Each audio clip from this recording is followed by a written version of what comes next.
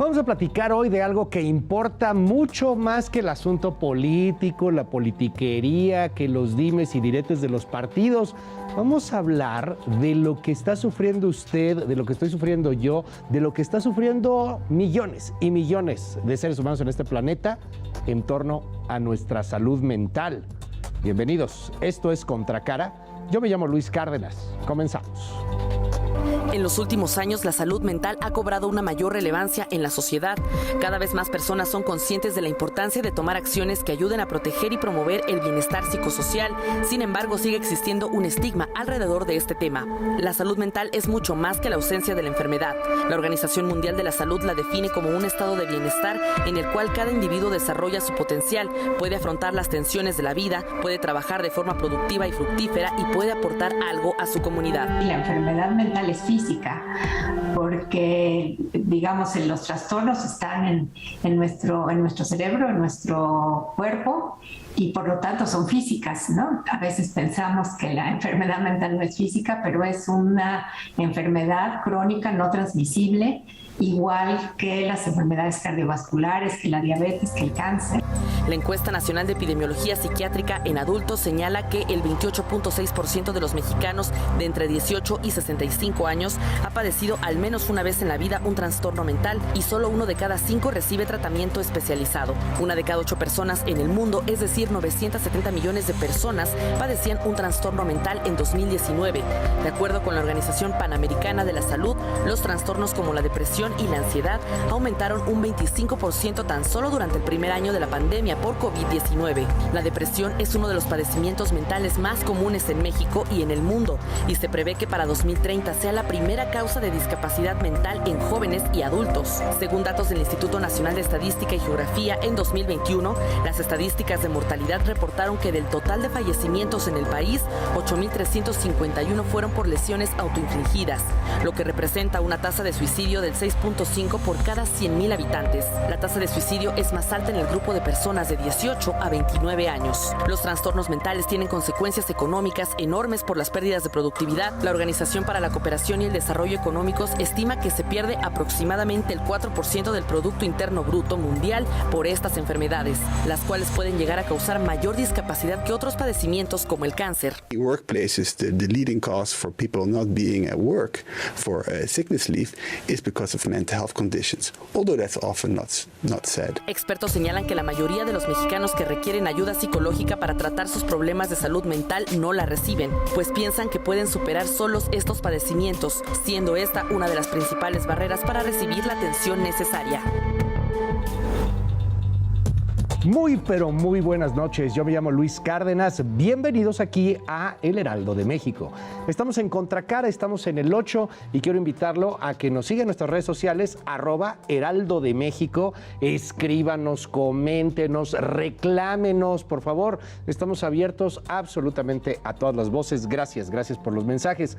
Hoy vamos a platicar de un tema bastante polémico. Hoy vamos a hablar en torno a la salud mental.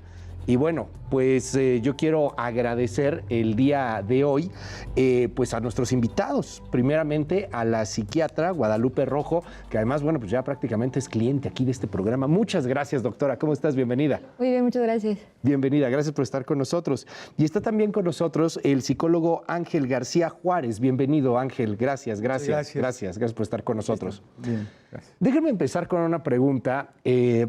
¿Qué es la salud mental? ¿Por qué es importante? ¿Por qué de pronto, si nos duele el estómago, vamos con un médico que trata el estómago? Si nos fracturamos un pie, evidentemente que vamos con alguien que nos va a enyesar el pie y nos va a curar. ¿Y por qué cuando tenemos una bronca emocional, cuando nos sentimos mal, cuando parece que no podemos con la vida, lo único que nos dicen es echarle ganas? ¿Qué es la salud mental? Déjame comenzar contigo, doctora. Perfecto. Pues últimamente se ha vuelto muy famosa la frase de no hay salud sin salud mental. Entonces creo que la salud mental es como la integridad de poder conducirte en la sociedad sin tener algo que te acongoja, sin tener alguna preocupación. Pero igual, dentro de salud mental caben muchísimos conceptos. ¿Qué nos dices, doctor? Claro, y sobre todo reconocer que hay una cuestión acá, que es, estamos llenos de prejuicios, ¿no? Que justamente son aquellos que evitan que, como bien señalaba Luis, podamos entrar en contacto con la atención primaria de la salud mental, ¿no? Entonces, considerar y concientizar que esto tendría que volverse algo cotidiano, algo regular, la visita, como señalaba Luis, al gastroenterólogo, a lo que sea, buscar justamente esa diada psiquiatra psicológica, digamos, creo que se hace necesario. Yo quiero, y no es un asunto político, de pronto este programa toca muchos temas políticos y tiene cortes políticos, pero no es un asunto político. Nuestro secretario de Salud, Jorge Alcocer, hablando sobre el tema de la falta de presupuesto a la atención psiquiátrica y a la atención psicológica, decía hace poco algo que a mí particularmente me voló un poco la cabeza. Dice que la salud mental, que este tipo de procesos, pues se trata ya más bien con un apoyo en la familia. Entonces, ¿para qué queremos psicólogos y para qué queremos psiquiatras, no? De pronto como que alguien se preguntó eso. Nada más para recordar, esto fue lo que dijo Jorge Alcocer hace ya algunos meses en torno al tema de la salud mental y cuando empezaron a cuestionar el tema de la falta de presupuesto en este rubro. Escuchemos. En la práctica, lo que ha llamado mucho la atención es que ya no hay hospitales psiquiátricos. Voy a tomar esta situación como una decisión que no solo es en México, es una decisión que progresivamente desde hace una década se ha tomado como una realidad de que un paciente, un individuo con alteraciones de salud mental y más ahora después de la pandemia requiere una atención integral desde la familia. Requiere una atención integral de la familia, lo cual supongo que es importante. ¿Qué pasa cuando ya ni siquiera hay familia, no? Esa también es otra de las dudas, porque supongo que no todos los casos son iguales. Pero quiero preguntar, doctora, ¿qué está pasando en este tenor con lo que hace el gobierno, con lo que están haciendo las instituciones? Insisto, no es un asunto de filias o fobias políticas, pero hay un descuido a la salud mental. Como dice el secretario de Salud, ¿están cerrando los hospitales psiquiátricos en el mundo? Pues, bueno, al menos ahorita en México hay una iniciativa muy interesante de meter más salud mental a hospitales generales, ¿no? Como antes, igual esto del enfermo mental iba al Instituto de Psiquiatría, al psiquiátrico Fray Bernardino.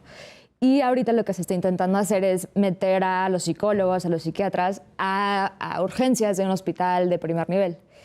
Que claramente se requieren los hospitales psiquiátricos porque hay como si fuera un cáncer muy complicado, ¿no? Hay patologías de tercer nivel de psiquiatría, pero la iniciativa de intentar meter contacto en primer nivel se me hace bastante buena. La cosa es que al final el presupuesto para salud mental desde siempre, y no solo en México, ha sido muy pobre, ¿no? Son de esas cosas que sí son muy estigmatizadas y son muy tabú y pues no se ve tan bien, ¿no? No da números bonitos. Entonces creo que también desde 1800 no se tomaba en cuenta tanto la salud mental y era preferible mandarlos a un castillo lejano. Desde el siglo XIX. O sea, entonces era así como el asunto de hay que ocultar, aguántate, cállate, no pasa nada. ¿Qué me dices? O sea, si esto está sucediendo desde la psiquiatría y ahorita hablamos entre las diferencias de un psiquiatra, un psicólogo, etcétera, ¿cómo pasa con la psicología? O sea, en las instituciones públicas, alguien que necesita una ayuda o alguien que tiene que ser canalizado a un psicólogo, ¿hay recursos públicos para ello? Bueno, es difícil en realidad que una persona asista, de por sí es difícil. Y de hecho me gusta mucho señalar cómo es que por ahí hay un estudio donde dice que pasan más o menos 10 años antes de que una persona pueda buscar ayuda psiquiátrica, psicológica. Entonces esto es interesante porque no solo es las cuestiones de orden social, de orden gubernamental, sino también cuestiones de índole social. Y esto es interesante porque creo que me gustó mucho la intervención que hacía la doctora, porque pensarla como desde la prevención creo que podría ayudar muchísimo a cuestionar sobre todo los elementos, pues sí, que tienen que ver con evitar que uno asista y por otro lado buscar que se siga sonando el hecho de que sí hay que asistir, de que sí hay que cuidarnos, a pesar de las dificultades, como bien señalaba Luis, ante los sistemas de salud en general y en el mundo, ¿no? Desde muchos años, desde echarlos en un barco, como bien señalaba Foucault, entre otras cosas, y que es importante hoy decir, se hace posible, hay que buscar los medios, las maneras, atención a distancia incluso, para poder concretar que esto se lleve a cabo de una manera muy puntual y sobre todo de manera preventiva. Creo que yo apuntaría hacia allá también. Vamos a pensar que vivimos en Suiza. De pronto, ¿no? Vamos a pensar que estamos en los países nórdicos o algo por el estilo. ¿Cómo es el tratamiento de la salud mental en países de primer mundo o en países que son ejemplo? A lo mejor no necesariamente son de primer mundo y hay algunas otras naciones que dices, oye, lo están haciendo bien. ¿Cómo debería de ser? ¿Cuál sería la utopía de una sociedad que tenga este tipo de servicios y que tenga este tipo de salud mental, doctora? Bueno, hay varios modelos, pero por ejemplo, ahorita de los modelos más famosos son estudios donde así que estudios de tamizaje de toda la población, todos y cada uno de ellos, ¿no? En Finlandia, en Canadá, en Australia, hay estudios muy interesantes que se siguen a chiquitos que por alguna razón son de alguna intervención, ¿no? Hasta en el Hospital General, que los operaron de apéndice. Y se van siguiendo a lo largo de la vida y se va estudiando como en qué momentos aparece la psicopatología o cuáles son los factores protectores. Entonces, creo que un modelo utópico de salud mental sería que todos tuviéramos acceso libre desde chiquititos y que no tuviéramos ninguna, que fuera igual que ir al gastro, ¿no? Me duele el estrés, ¿no? Voy con el psicólogo. Me duele el estrés, qué bella frase. Es que nunca la había escuchado, o sea, me duele el estrés. ¿Cuál sería una utopía en ese sentido? O sea, desde la psiquiatría, desde la psicología. Bueno, creo que hay que pensar que hay una posibilidad. Primero esto, ¿no? Que todos pudiéramos tener acceso sería principalmente, pues bueno, maravilloso. Pero por otro lado, creo que es importante concebir también estos otros modelos, como bien señalaban, sobre, primero, la idea de que la salud mental, los trastornos en particular, sí, son una cuestión crítica, importante a trabajar, pero no desde el estigma, sobre todo porque eso va generando que se haga imposible que uno asista y se haga imposible también que se atiendan desde otros modelos de intervención, como no solamente hospitalización, sino también en paralelo con algunas otras alternativas. Es decir, creo que se tratará de considerar diferentes perspectivas de internamiento cuando sea necesario, por supuesto, pero también estas otras alternativas que hoy en día se realizan de manera cotidiana también. Déjenme preguntarles, ¿uno tiene que estar feliz siempre? O sea, si no estás feliz, si no estás siempre contento, entonces tengo que ir al psiquiatra, tengo que ir al psicólogo. Creo que estar siempre feliz sería más patológico. Sí, como el Guasón, ¿no? O sea, sí, o sea, como el Joker, una cosa por el estilo. Ajá, y pasa esto, ¿no? Diversos estudios han demostrado que al final la adversidad, el anteponernos a la adversidad y creernos capaces de hacerlo es lo que nos lleva al desarrollo personal. Ok. Entonces, estar feliz siempre podría ser hasta detrimental, pero eso creo que todos lo hemos padecido, ¿no? Cuando ya la tristeza no me deja salirme de la cama, o cuando la ansiedad no me deja salirme del coche porque tengo un examen. Okay. Entonces, hay veces que a lo largo de la historia de la vida de cada quien se ve en qué momento sí ya era patológico. ¿Cuáles serían así como esos tips de detectar en dónde hay que ir a acudir con un profesional?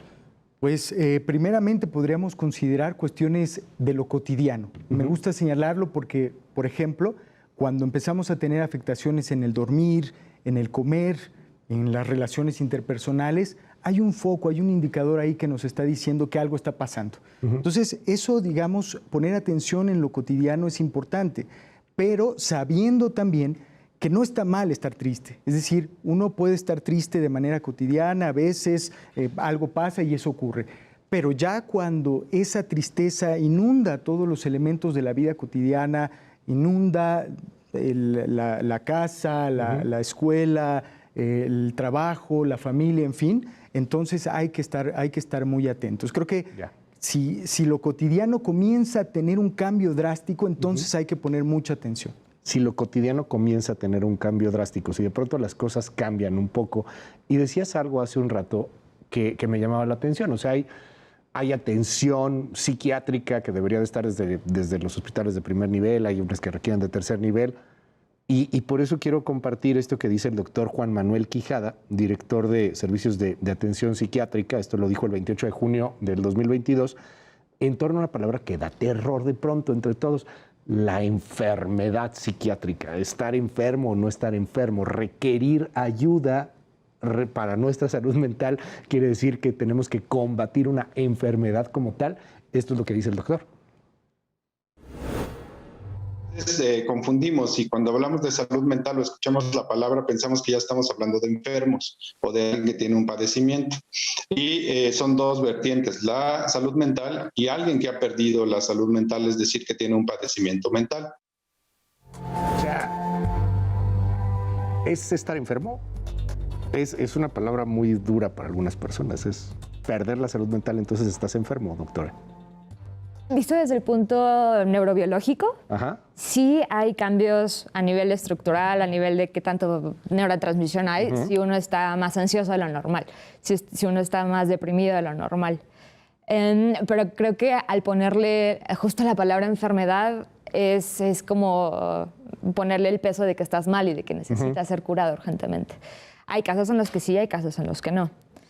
Entonces, o sea, la enfermedad mental sí claramente existe, ¿no? Un episodio psicótico, un episodio maníaco, claro, una depresión psicótica, pero, por ejemplo, el decir que todos los que salen de la norma y cumplen criterios son enfermos, también es echarlos en un saco muy grande. Pero si te duele el estómago, estás enfermo. Pero creo que aquí hay algo, Luis, pensaba esto: estar enfermo, es decir, no soy la enfermedad.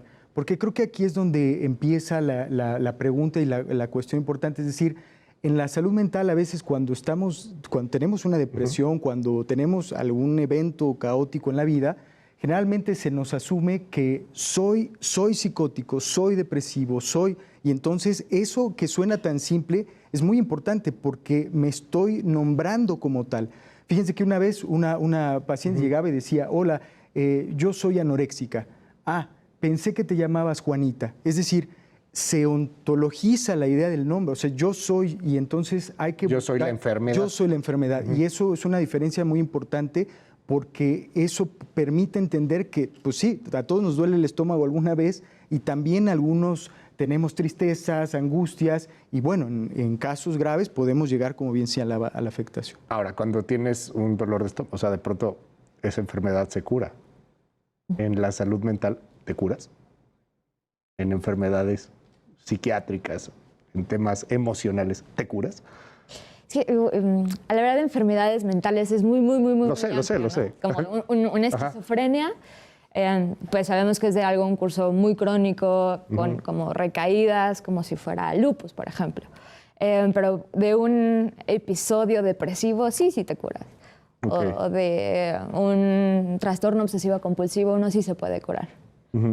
Y este tema, que ahorita regresamos y platicamos sobre él, en torno a las medicinas y en torno a la satanización que hay de repente de utilizar algún medicamento, creo que es fundamental, ¿no? También para poder entrar al tema. Antes de irnos a la pausa rápidamente, a ver, la diferencia entre psicólogos y psiquiatras. ¿Qué es un psicólogo? ¿Qué es un psiquiatra? Doctor. Bueno, primeramente hay que considerar que la psiquiatría, o bueno, la psicología básicamente busca la subjetividad y la construcción humana desde ese lugar. Considera cuestiones biológicas, sí, pero en efecto no se acerca a la medicación, no se acerca a las cuestiones básicamente biológicas, que sin embargo, yo sí recalcaría acá, son importantes y necesarias en muchos momentos de la vida. Entonces creo que esa sería la diferencia, la subjetividad en torno a una entidad psíquica más que una entidad biológica, digamos, grosso modo, porque podríamos señalar eso. Doctora. Y pues los psiquiatras más que nada hicimos la carrera de medicina, luego hicimos la residencia de psiquiatría y nosotros podemos prescribir medicamentos, tenemos nuestra receta y básicamente sí creo que a veces adoptamos el modelo un poco más biologicista, ¿no? Entendemos que la depresión sí es quizá un desbalance neurobioquímico de serotonina y noradrenalina. En cuanto a un estado psicótico buscamos más dopamina, entonces buscamos antidopaminérgicos que lo bloqueen. a diferencia de los psicólogos que ven más la dimensión psíquica, por decirlo así. ¿Como emocional? Sí, que podríamos en ese sentido decir que se van elaborando. Es decir, por eso a mí me gusta, me encantó esta idea de psiquiatra, psicólogo, porque siempre es en conjunto, es decir, la posibilidad de ir elaborando a partir de un estado de cierta estabilidad y lograr con ello una elaboración terapéutica en ese sentido, básicamente. Ahora, ¿qué hacen estos denominados coach de vida? O sea, es que hay unos que te sacan de cualquier bronca. O sea, yo los veo en TikTok, en el Instagram. O sea, te cambian la vida por completo y dicen échale ganas. Y no, por lo regular no son ni psicólogos ni psiquiatras, ¿no? Peligroso este tema. Que hasta donde tengo entendido es legal. Digo, el problema es que se hagan pasar por psicólogos o psiquiatras, pero son, pues literalmente amigos, coach, que se rentan en internet. Sí, correcto. En efecto, hay que considerar que hay que tener cuidado con a quién brindamos, a quién buscamos para atendernos. En el caso de los coach, muchos de ellos, en efecto, se vuelve como una especie de negocio y nada más. Lo digo, pues vamos, con todo el respeto que eso merece, pero sí es importante considerar que eso puede tener graves consecuencias, porque hay toda una formación detrás que implica el trabajo clínico particularmente, que puede estar atrofiado, afectado por este tipo de actividades que en otros países, por ejemplo, ya están reguladas. O sea, no pueden ni publicar cosas que puedan afectar cuestiones de salud mental, que supongan una creencia de que con tal cosa o con tal curso o algo así, con tales miles de pesos, ya entonces vas a recobrar algo que solamente generan aplazan, digamos, el cuidado de la atención en salud mental. Entonces creo que esto que ha señalado Luis es fundamental en relación al cuidado de la salud mental con profesionales capacitados para ello. ¿Qué opinas, doctora? O sea, alguien que de repente, porque hay muchos usurpadores más en la profesión médica, ¿no? O sea, lo hablábamos hace tiempo cuando hicimos un programa en torno a las cirugías estéticas, todas las broncas que había con, pues de verdad, gente que no estaba capacitada para entrarle al tema. Pero qué tan peligroso puede llegar a ser que pues una persona acuda a este tipo de coach que te dicen, échale ganas a la vida, tú puedes, sal adelante, cuando a lo mejor la bronca es una depresión muchísimo más severa. Algo que requiera medicamento. Creo que es una pregunta con muchas dimensiones y, por ejemplo, algo que decía Ángel, ¿no? Desde retrasar el momento en el que recibo un tratamiento formal, ¿no? Ya fui a 6 coaches, llevo 15 años y nadie me ayuda, ¿no? Y es porque nadie lo pudo referir con un psicólogo y con un psiquiatra adecuado hace 10 años.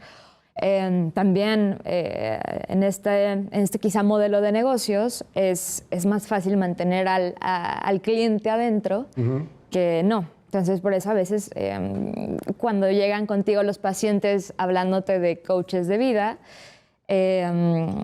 como que les crean estándares y les crean muchas reglas y muchas normas, de las cuales a veces es todo un trabajo enorme poder quitarle la rigidez mental, ¿no? Cuéntame algo de eso, por favor. O sea, un ejemplo, a ver, comparta, obviamente pues, sin decir los nombres, etcétera, pero, o sea, un ejemplo de un paciente, ¿te ha tocado eso? Sí. Bueno, por ejemplo, pasa mucho en el modelo de adicciones. ¿Cómo crees? En donde, por ejemplo, se ha estudiado y se estipula que como riesgo-beneficio, pero que tienen la necesidad de... Hay una cosa que le llaman penitencia o seguir ciertas reglas para poder redimir sus culpas por la adicción. Y luego cuando llegan estos pacientes, llegan con culpas terribles, que sí son estados depresivos, que sí fueron implementados por cierto tipo de modelos, ¿no? En adicciones. Digo, ahorita platicamos del tema. Déjenme ir a una pausa porque yo quisiera, seguramente a ti también te ha tocado, algunos pacientes que de repente llegan y traían así como que el coach de vida y te ayudamos. Me quedé pensando en las adicciones por lo que pasa con los anexos y estos términos tan raros en torno a cómo te voy a curar las adicciones o cómo te voy a ayudar. ¿Les parece? Una pausa y regresamos con todos estos temas. Escríbanos, por favor. Estamos en @Heraldo de México. Esto es Contracara. Seguimos con mucho más. Hablamos de salud mental.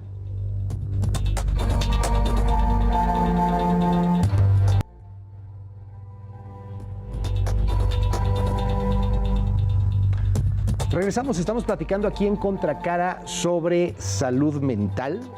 Gracias por los comentarios en @Heraldo de México. Oiga, a ver, Hoy platicamos con la doctora Guadalupe Rojo. Ella es psiquiatra integrativa por la Universidad de Colorado. Gracias, doctora, por estar con nosotros. Muchísimas gracias. Y está también con nosotros el psicólogo clínico Ángel García Juárez. Muchísimas gracias. Gracias por estar aquí con nosotros. Hablábamos hace rato, así ya, la neta de estos charlatanes. Hay muchos charlatanes y hay otros que a lo mejor no son tan charlatanes, pero que sí terminan por generar un problema. Me quedé clavadísimo con lo que nos decías, doctora, en torno a lo que puede llegar a suceder cuando tienes, por ejemplo, una adicción. Y lo digo con todo respeto, o sea, a veces cuando tenemos algún problema de adicción acudimos a ciertos grupos, no menciono cuáles, pues, pero a ciertos grupos que a lo mejor serán muy espirituales y te echan muchas ganas y lo que sea, y no acudimos a un psicólogo o a un psiquiatra en donde a lo mejor hay un problema, pues inclusive fisiológico del por qué se está dando una adicción en particular, ¿no? Sí, bueno, en cuanto al tema de adicciones, ahorita hay toda una revolución en cuanto a medicamentos, ¿no? Y ya está estipulado el modelo de enfermedad en cuanto a... Hay muchísimo desbalance químico, el hecho de que sí interfiere con cómo percibas la realidad. Entonces es muy valioso ir con alguien que está envuelto en el tema y te puede, realmente no te va a decir échale ganas, te va a decir esto es lo que está pasando en tu cerebro y te voy a dar algo que pueda hacer que te sientas mejor, ¿no? Eso sí, no te prometo que te curo, pero al menos no te vas a sentir tan mal. Wow. A ver, una persona que tenga un problema con el alcohol, se la pasa todos los días hasta la chancsta. Ok. Puede ir con un psiquiatra y hay medicamentos que te quitan el alcoholismo. La palabra cura o que te lo quita es muy complicada. Ok. Pero sí hay toda una cultura de medicamentos para quizá controlar algo que le llaman la abstinencia, ¿no? Muchas veces la adicción forma parte de un modelo en donde sigo consumiendo para no sentirme mal. Okay. No porque necesite la sustancia para sentirme bien, solo para dejar de sentirme mal. Por ejemplo, hay veces que el mismo paracetamol, cuando uno está crudo, es como tratar la abstinencia en vez de conectarla, seguir tomando. Entonces tratas la abstinencia y eso es algo que quizá no se habla en otros modelos, pero en el modelo médico es muy, muy normal. Tratas el punto de la adicción en donde uno se siente mal y por eso consume. ¿Qué nos dices tú desde la psicología, por ejemplo, y sin que estén peleados, pero bueno, también voy a preguntar, a lo mejor hay dos puntos de vista distintos, ¿no? No se tiene que tratar más bien el asunto de fondo, qué es lo que pasó, qué te hicieron tus papás, ¿por qué tomas tanto? Bueno, hay dos cuestiones. La primera que yo mencionaría es que en efecto hay cambios a nivel orgánico que son, ya está estudiado, están establecidos. En el caso de la droga, por ejemplo, los picos con la cocaína, subida de dopamina en el cerebro es brutal y entonces cancela cualquier otra posibilidad de estímulo previo, ¿no? Sin embargo, eso por un lado, y creo que es fundamental desarrollarlo y trabajarlo.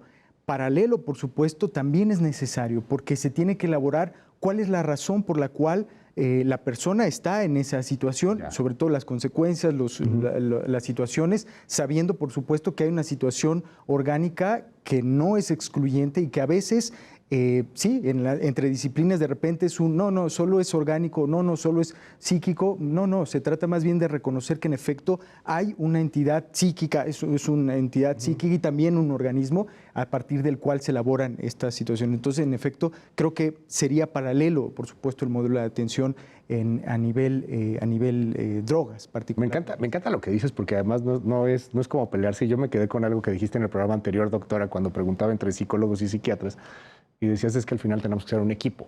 O sea, se tiene que tratar esto como un equipo de alguna u otra manera. Pero, a ver, díganme algo. Este problema de la gente que acude a un lugar, digamos, no idóneo, pues puede generar muchísimos problemas. Hay muchas veces que no queremos ir al doctor mental, al psiquiatra particularmente. Uno, porque nos van a decir locos. Dos, porque nos van a decir que nos van a encerrar en un manicomio en donde nos van a meter electroshocks. O inclusive en donde a lo mejor me van a hacer algo que me van a meter por la nariz y me van a terminar por freír el cerebro, ¿no? Con una lobotomía o cosas por el estilo. Esto ya no aplica, ¿no? O sea, esos hospitales como de Batman, de Arkham y estas cosas ya no existen, ¿no? Sí existen. O sea, todavía hay alguien que te mete electroshocks en un hospital mental, en un hospital psiquiátrico. Ahorita, bueno, en cuanto al modelo de psiquiátrico, ya es bien distinto, ¿no? Sí. No es como que no son pequeñas cárceles, de hecho el modelo es más abierto, que en realidad la terapia ocupacional, hacer ejercicio, o sea, sí sigue habiendo terapia de electroshock que tiene indicaciones bien específicas. O sea, no es ¿Cómo que como, tiene? A ver, ¿y cómo es una terapia de electroshock? ahorita es casi un procedimiento ambulatorio, como si a uno le fueran a operar la nariz, casi. Ajá. Te ponen en sedación más o menos 20 minutos y también, o sea, me acordaba de varias películas en donde se ve que alguien tiene una crisis gritas. convulsiva, gritan. Sí, por aquí, gritas. Ajá. En realidad el paciente está sedado, o sea, está literalmente como si te fueras a operar la nariz. Ajá. También está muy estudiado cuánto necesitas de electricidad que pase por el cerebro para crear una descarga y que, por ejemplo, todas las neuronas empiecen a disparar al mismo tiempo, que a veces ese es el problema, ¿no? Es un problema eléctrico y mecánico. Ok. ¿Por qué tipo de enfermedades, más o menos? O sea, ¿por qué te harían un electroshock? Sedado y todo esto. Usualmente es resistencia a tratamiento, ¿no? Es ya que se intentó con todos los medicamentos, con todos los modelos de atención, y es un paciente que además tiene que tener consentimiento informado, o sea, no es como que no te vamos a preguntar y de repente pasa. Ok. Pero, por ejemplo, psicosis de muy difícil manejo, ¿no? Que son personas que en realidad sufren mucho. Déjame detenerte ahí por un momento, para que lo podamos entender todos. O sea, cuando dices psicosis, ¿qué es? Una falta de contacto con la realidad. ¿Cómo lo describirías tú, doctor? Así para... Sí, que no hay una... la realidad se vuelve a partir de mis ideas. Yo todo lo que pienso, lo que imagino, creo que es real. Y entonces aparecen voces, visiones, tacto, olor, en fin, ¿no? O sea, hay características muy particulares, pero en efecto, pérdida de la realidad, a partir de la cual todas las ideas que nosotros pensamos, imaginamos y demás, se vuelven como si fuera básicamente la realidad, digamos. Yo también pensé en las mañanas, no sé por qué. Pero, ¿qué es la esquizofrenia, por ejemplo? La esquizofrenia es una enfermedad muy compleja que ahorita ya no se habla de una sola esquizofrenia. ¿No? Ahora es el trastorno de el espectro de las enfermedades psicóticas, en donde cabe la esquizofrenia, pero por ejemplo, uno puede empezar desde un episodio en donde tiene esta falta de contacto con la realidad, que puede durar hasta una semana. ¿No? Ok. Y ya cuando hablamos de esquizofrenia, cumple criterios bien específicos en cuanto a tiempo y en cuanto a la presencia de alucinaciones, de ideas delirantes y de desorganización, ¿no? Tanto de habla como de conducta desorganizada. Y sí tiene que cumplir con criterios de temporalidad. Tiene que ser más de 6 meses, tiene que haber presentado ciertos síntomas antes. Y antes de que cumpla todos esos criterios de temporalidad y de síntomas, pasan varias cosas. Si dura menos el episodio psicótico, pues es un psicótico breve. Si dura de 1 mes a 6 meses, es un esquizofreniforme. Y todo esto fue con la intención de no estigmatizar a la persona que tenía esquizofrenia, porque al estigmatizar al esquizofrénico, pues ya era casi como darle una sentencia de no ser útil para la sociedad. Ok. Los esquizofrénicos no son inútiles para la sociedad. No, para nada. Para nada. Sí, no, se tratará, creo que esto es bien importante, porque se tratará de reconocer que primero todo esto que platicábamos antes no nos va a llevar, una enfermedad mental, digamos, una afectación, no nos va a llevar a un tratamiento electroconvulsivo, como lo señalaba, ¿no? Por otro lado, la idea de que en efecto cualquier enfermedad, cualquier situación, por supuesto que puede derivar de cualquier trabajo, cualquier activación, cualquier ejercicio profesional incluso. Hay pacientes que en efecto siguen trabajando con ciertos cuidados, cierta atención, cierto seguimiento, y eso ocurre. Y hay que insistir en que en efecto se tratará de considerar que todos los pacientes que tengan una situación, digamos, de afectación mental, pueden seguir su vida, digamos, lo más cotidiana posible con el cuidado y la atención pertinente. Creo que eso es importante. Y no solo encerrados como en estas películas aparece, tienes una enfermedad mental, entonces ya vas a estar encerrado de por vida. Nos preguntaban hace un rato, ¿todavía se llega a aplicar, a ver si lo digo correctamente, lobotomía, así era? Esto que hacían hace mucho tiempo, que se ve también en las películas de terror. No, o sea, por ejemplo, los experimentos de que les metían un tenedor en los ojos. Y así. No. Hay una modalidad que se llama psicocirugía, que igual es como, específicamente se usan modelos de epilepsia. Y es esto, ¿no? El desbalance eléctrico y bioquímico que causa que dispare cierta área del cerebro, ¿no? La amígdala, el núcleo accumbens, que dispare de una manera, así que como si tuviéramos gastritis, ¿no? Como que se dispara diferente y por eso alguien se siente mal. Hay veces que nada más al estimular con tantita electricidad, esto, ¿no? Vuelve a recuperar su ritmo normal. Y el modelo viene un poco de las cirugías de epilepsia, en donde igual hay un foco eléctrico que está causando una descomposición eléctrica en todo el cerebro. Igual, son procedimientos que se hacen en los centros más estudiados, más pulcros, con todo el equipo de neurocirugía. Son cirugías que se planean desde 5 años antes. Y esto no es, y lo digo para todas las personas que nos están viendo, escuchando en estos momentos, o sea, está en las películas, o sea, está en la narrativa popular de pronto de mucha gente el sentir que cosas así van a terminar por pasar, ¿no? Qué miedo, porque me van a decir, y esta es una palabra, pues que ahí está, y es que estoy loco, es que no quiero estar, que no quiero terminar así, ¿no? Pero la realidad es que creo que todos necesitamos de alguna u otra manera cierta ayuda. ¿Qué es mejor? ¿Acudir primero, por ejemplo, con un psicólogo y en qué momento acudir con un psiquiatra? Bueno, creo que esto que señala Luis es bien importante porque primeramente la idea de la locura, ¿no? Ha sido, incluso hay regiones en el mundo donde están los movimientos locos.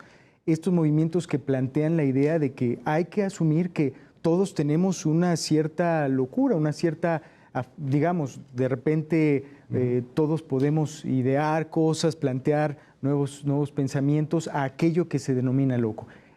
Por un lado eso, es decir, hay que considerar mucho cuidado con esta palabra que puede llevarnos a pensar que es algo que nos puede pasar y que vamos a estar encerrados o con una lobotomía o algo así, no para nada, sino más bien hay que considerar que todos tenemos altibajos y cosas que podemos considerar y trabajar.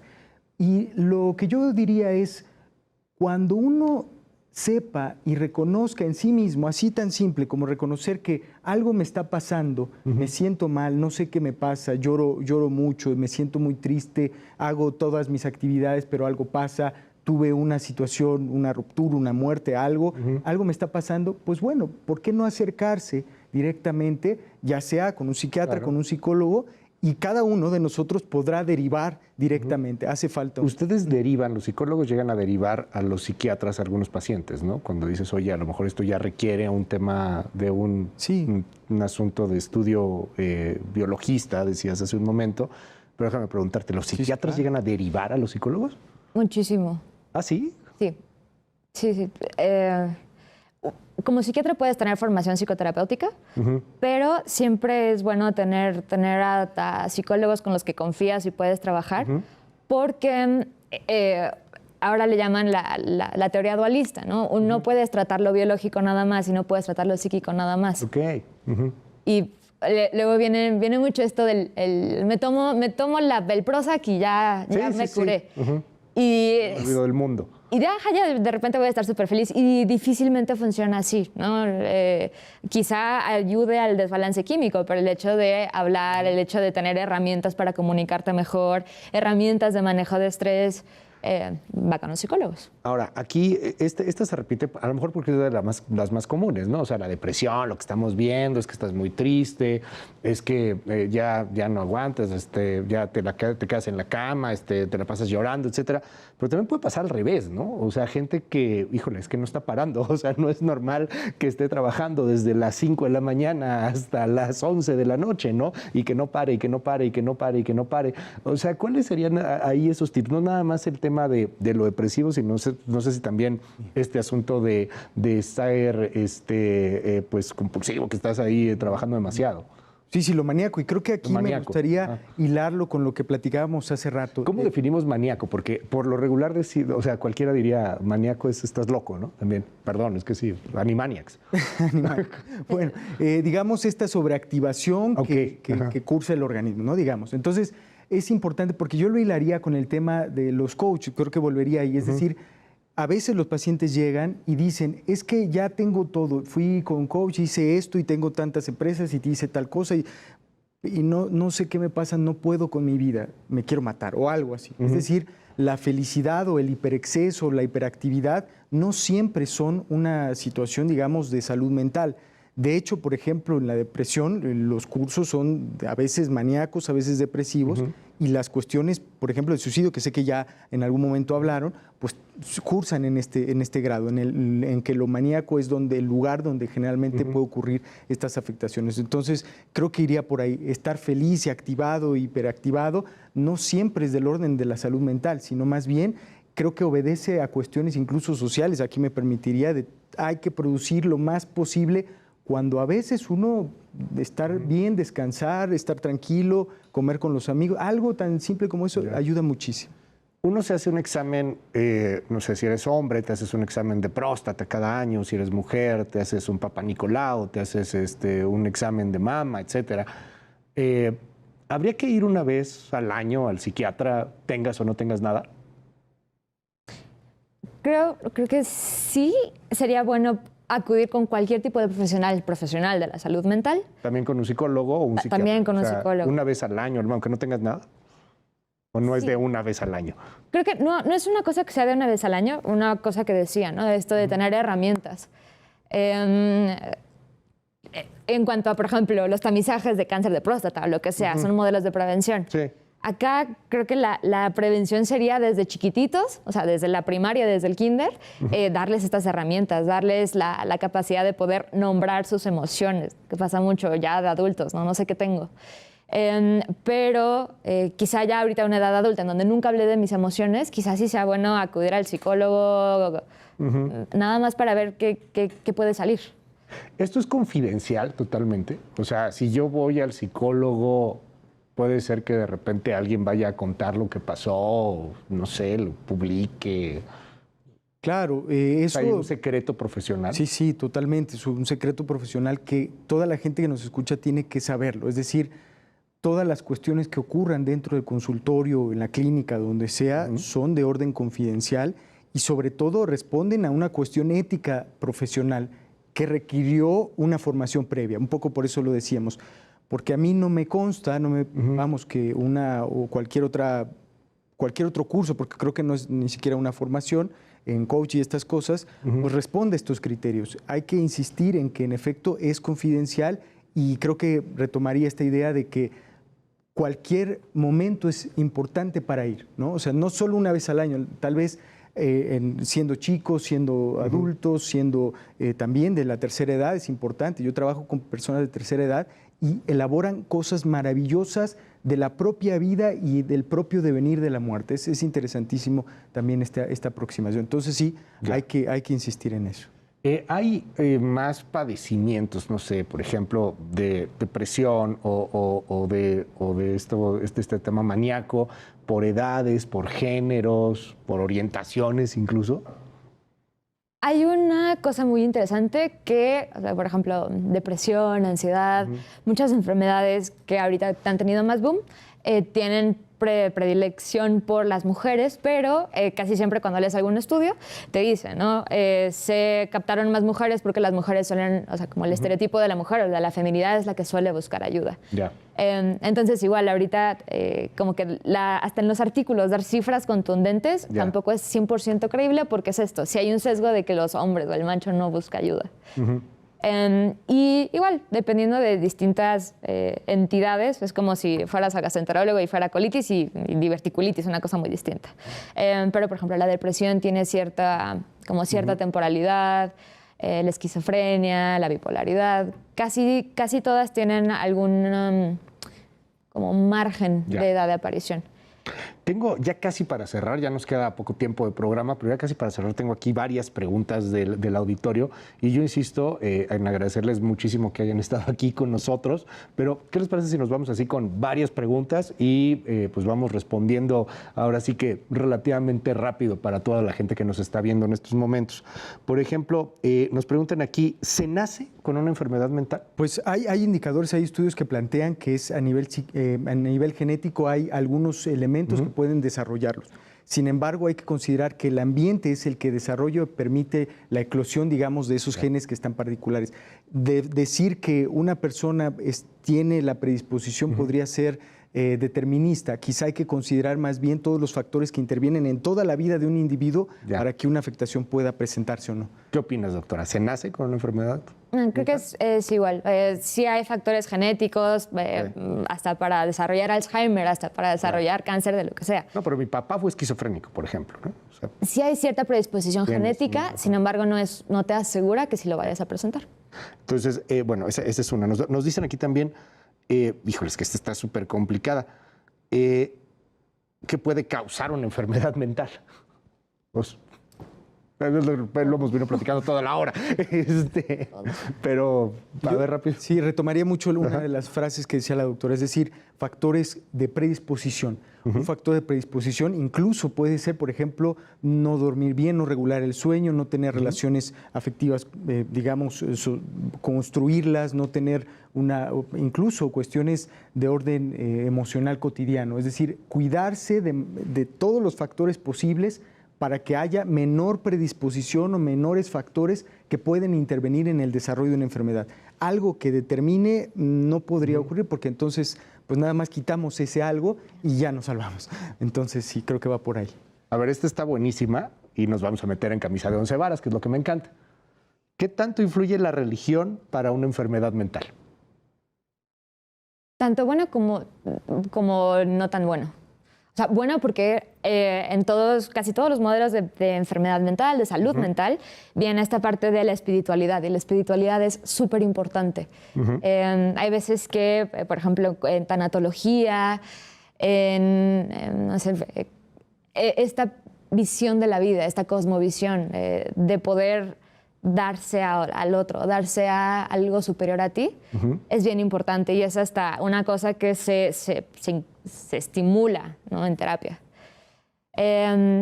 Y creo que en cuanto a lo negativo, creo que es más el tabú que viene desde hace muchísimo tiempo, pero creo que bastantes movimientos religiosos han hecho todo lo contrario, ¿no? Por favor, vayan al psicólogo, por favor, vayan al psiquiatra. Hay psiquiatras del Vaticano. Entonces, más bien, ¿no? Para nada están peleados, y creo que es bien importante tocar esa parte de espiritualidad como parte de la salud mental. Nos preguntan aquí, esta también está muy interesante, ¿qué tanto influye el sexo en la salud mental?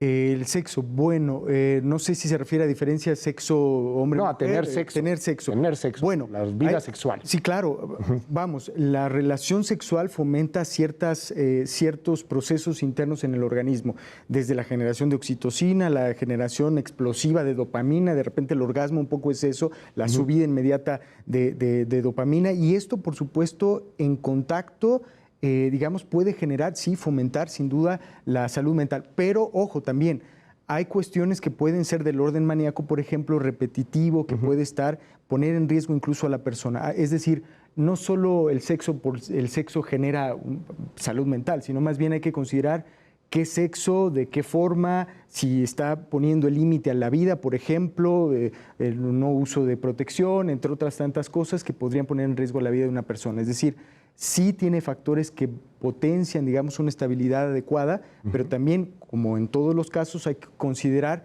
qué es eso del sexo, ¿no? Relaciones de riesgo, cosas que podrían incluso no ser del orden de la salud mental. Pero de manera general, podríamos decir a la audiencia que siga disfrutando con sus parejas, cuidándose y reconociendo en efecto que genera cosas en el organismo. Uno se relaja, hay toda una activación del todo el sistema que podría entonces fomentar eso.